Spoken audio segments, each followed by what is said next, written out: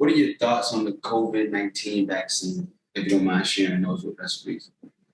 Yeah, so I think that I am like I said, COVID-19 vaccine advocate. I do think that it's really important that as many people as possible who are eligible for the vaccine get vaccinated. Why is this? Let's just kind of go back in history. So when you're thinking about how let's just go back. How do vaccines work? So vaccines work by, you get the injection and basically specifically with the COVID-19, we're not giving you the actual virus, which is called SARS-CoV-2. We're not giving you the actual virus. We're just giving you something that's going to, make your body respond to the spike protein that's on the real virus, if you were to get it. So I think if you get the vaccine and the vaccine kind of prepares your body for if you are exposed to the virus. So I think by creating what we call an antibody response. So I tell people, think of this antibody like little soldiers in your body that are just ready to fight. They're not going to fight when they aren't, they don't need to, only if you're exposed to the virus. If you're exposed to the virus, then they're like, okay, I'm going to attack so that you either don't have symptoms or your symptoms are very mild. So that is the reason why it's important to get vaccinated. The other thing is, and this is why I think it's important for the vaccines in this pandemic, is we know they work. One of the top 10 public health interventions in the 20th century was vaccination. Why? Because it led to the elimination of smallpox.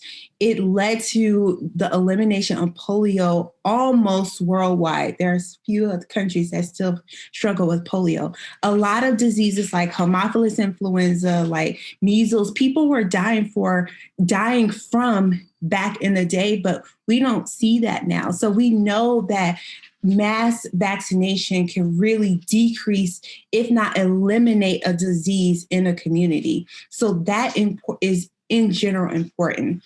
So to answer your question about, and let me know if I'm going too fast. Oh, no, you're doing great. You're doing great. Give them that education. You're going to need the history lesson. So let me go back to specifically the COVID-19 vaccines. So do I believe they're safe? Yes. So there are two what we call mRNA vaccines, which are the Pfizer and Moderna vaccine. And then there is the Johnson & Johnson, which is that one-shot adenovirus. So based vaccine. So in general, these vaccines have been shown to be safe. The most common side effects are, soreness at the injection site. Sometimes people have body aches, fever. Sometimes people have lumps or bumps under the armpits, which we call lymphadenopathy. And this is just your body producing that antibody response, those kind of soldiers.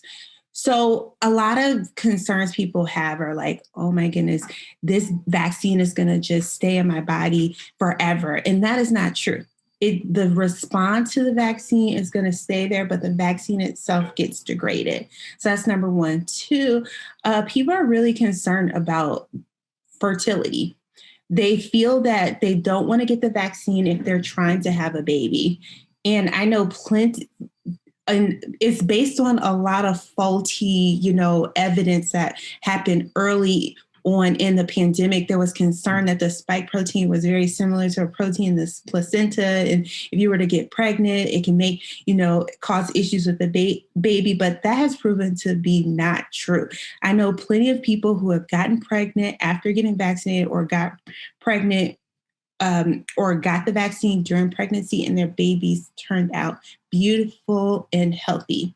So those are just some of the concerns people have that I think that are unfounded. Unfortunately, the misinformation has gotten a strong hold in this country for a lot of different reasons that I won't go into.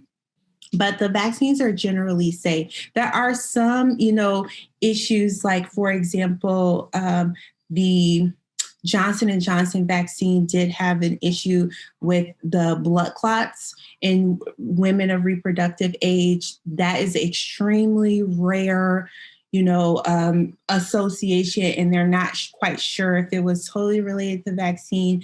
The other thing is for the Pfizer and Moderna vaccines, some kids have come in with like inflammation around the heart, but they've never, no one has died from this, and they all recover. And again, that's an extremely rare complication, and that's extremely rare compared to actually getting COVID-19 and the blood clots you get from having COVID-19 or the heart problems you have from COVID-19.